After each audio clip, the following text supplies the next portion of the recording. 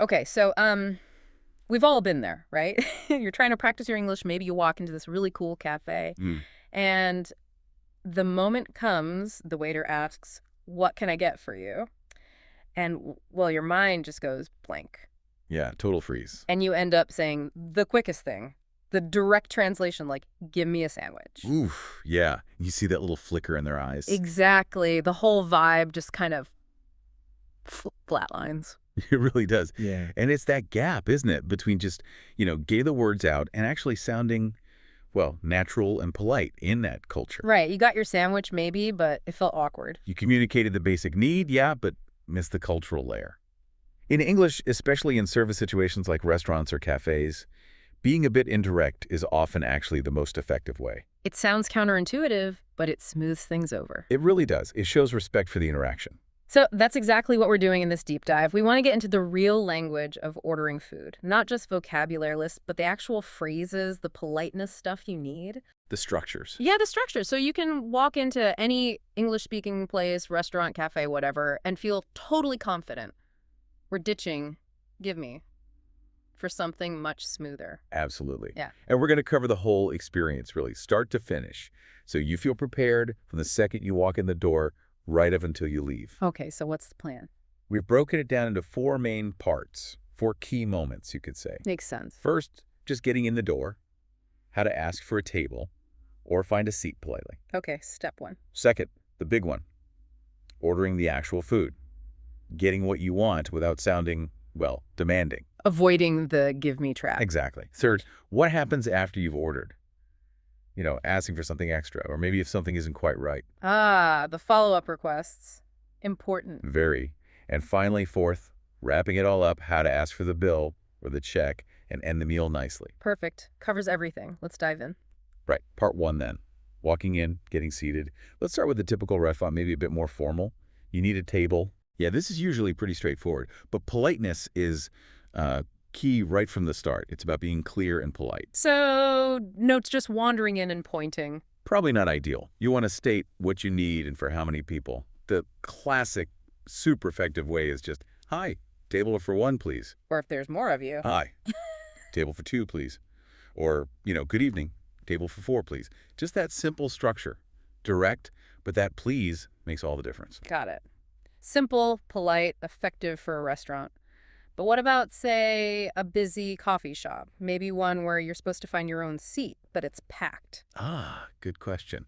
That's a bit different. It's less about requesting a table from someone and more about checking if an available space is actually available. So you don't just grab the empty chair.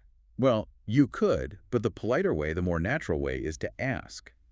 You shift from stating a need, table for two, to asking permission. Okay, like what? If you see an empty table or chair, you just lean in maybe and ask, "Can I sit here?" Or, super common, especially if there's like a coat or a bag on a nearby chair. Suggesting someone might be using it. Exactly. Then the perfect phrase is this seat taken?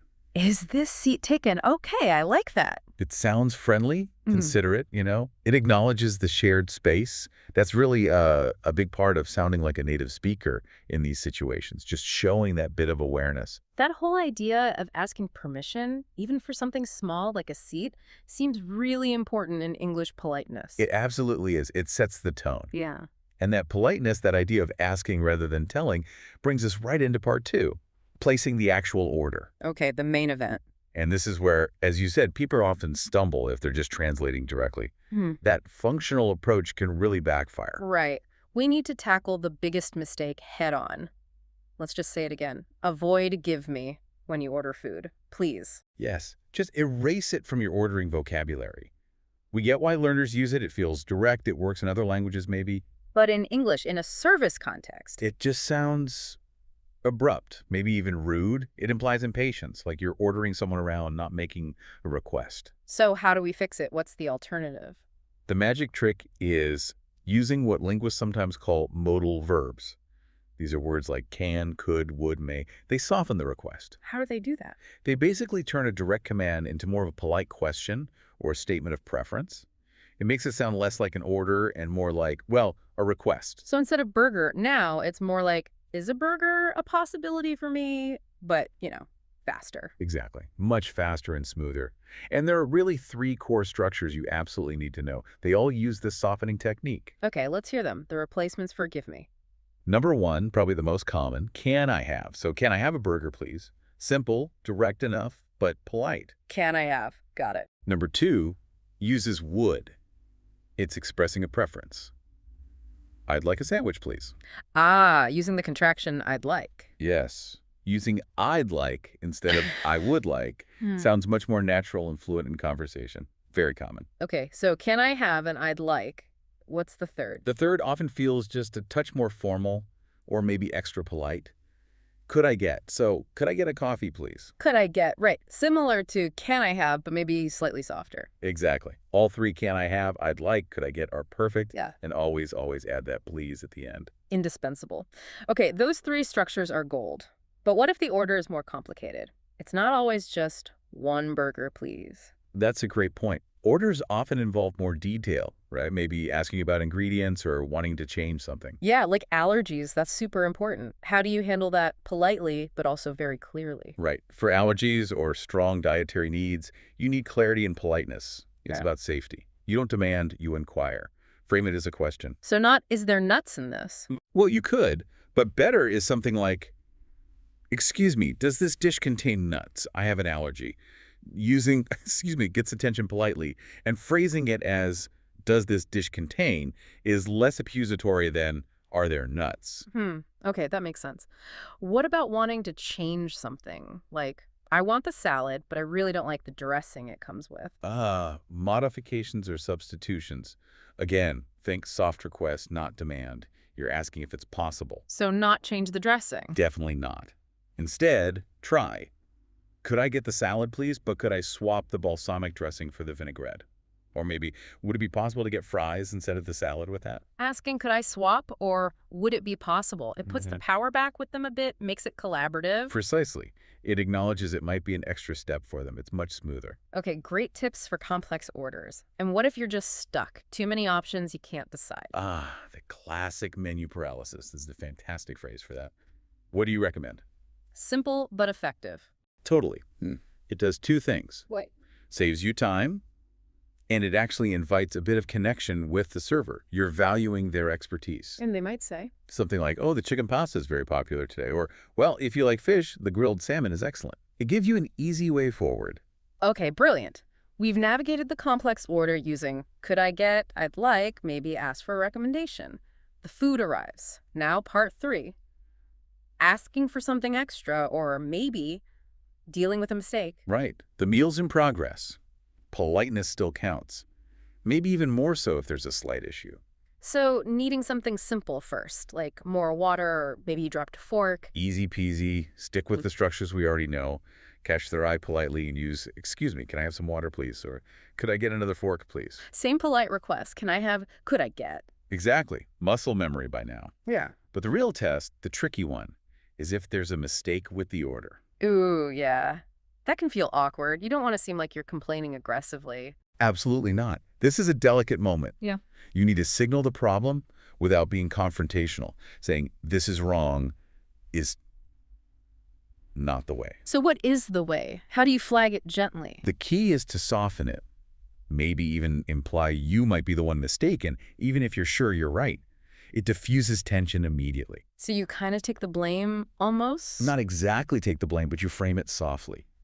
You're opening a conversation to fix it, not starting a fight. You use hedging words.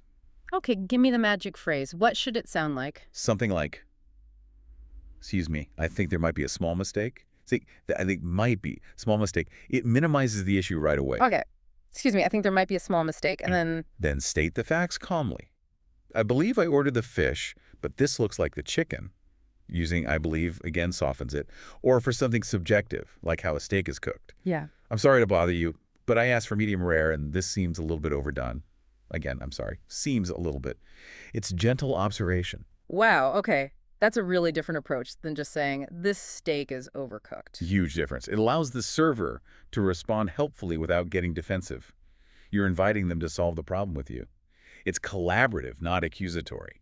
That's a massive cultural point in English service interactions. Lead with the softest possible interpretation. Observe, inquire, don't accuse. Spot on. And it applies to small accidents, too, if you spill your water. A quick, genuine, oops, oh, I'm so sorry, could I trouble you for a napkin? Goes a long way. That constant thread of consideration, even for minor things. That's what makes it feel natural, yeah. All right. Meal was delicious. Or the problem was fixed politely. Plates are cleared. Coffee's finished. Time for part 4, paying the bill. Or the check. Yes, exactly. The final step, and we hit that classic English vocabulary split, UK versus US. You need to know where you are. You really do, at least for this specific word. Yeah. Because what you ask for changes, even though how you ask stays the same. Okay, let's break it down. If I'm in the UK, say London, or maybe Australia, what do I ask for? You ask for the bill. So, using our polite structure, excuse me, can I have the bill, please? The bill. Got it. And if I'm stateside, New York, LA, anywhere in the US or Canada, That's the check. Excuse me, can I get the check, please? the check. It's funny, isn't it? Same language, different words for that piece of paper. It is pretty amusing. But notice, the core structure, can I have or can I get, is identical. You've mastered that part, you just swap the noun, bill or check. Okay, so we've asked for the bill check politely. They bring it, maybe the card machine. There's often one last little interaction, right? Yes, very common. As they're processing payment or giving you change, the server will often ask something like, how was everything? The final feedback moment. Exactly. And this is your chance to end on a positive note. You don't need to give a long review. A simple, warm response works best. So what are some good options? Things like, it was great, thank you, or everything was lovely, thanks so much, maybe it was delicious, thank you. Keep it positive and appreciative. Even if there was that small issue earlier that got fixed. Especially then. Ending positively shows you appreciate the effort they made to correct it and the overall service. It leaves a good final impression. So looking back at everything we've covered, it feels like the big secret isn't just remembering to say please and thank you, though that's crucial. Essential baseline. But it's more about the structure of how you ask for things. Using those softeners, those modal verbs like could and would. That's absolutely it. Turning commands into questions or polite statements of preference. That shift, from direct demand to indirect question. Yeah. That's the core cultural insight, I think. It lets you get what you need while showing respect. That's vital for sounding fluent in these English service interactions. Yeah, it makes total sense. So, quick recap. We covered the 4 big stages. Getting a seat politely. Using table for 2, please, or is this seat taken? Right. Then mastering the actual order, especially complex ones, using can I have, I'd like, could I get, and asking about changes nicely. And knowing how to ask, what do you recommend? Then handling extras or problems using those same polite structures, but softening even more if it's a mistake. I think there might be. And finally, paying knowing bill versus check and ending positively. You've got it. The complete journey. So for everyone listening, the next step is practice. Absolutely. Put it into action. I want to challenge you right now. Think about the next meal you'll order. Could be dinner tonight, could be coffee tomorrow. Okay. Mentally rehearse ordering it. But don't just think the words, think the structure. Build the sentence using one of those polite forms we talked about. So instead of just thinking, I want a large pizza. Make it, hi, I'd like a large pepperoni pizza, please. Or, could I get a large pepperoni pizza, maybe a side salad, please? Got it. Practice that polite request format in your head. Exactly. Do it now, do it later. Just internalize that pattern of turning your need into a polite, indirect request.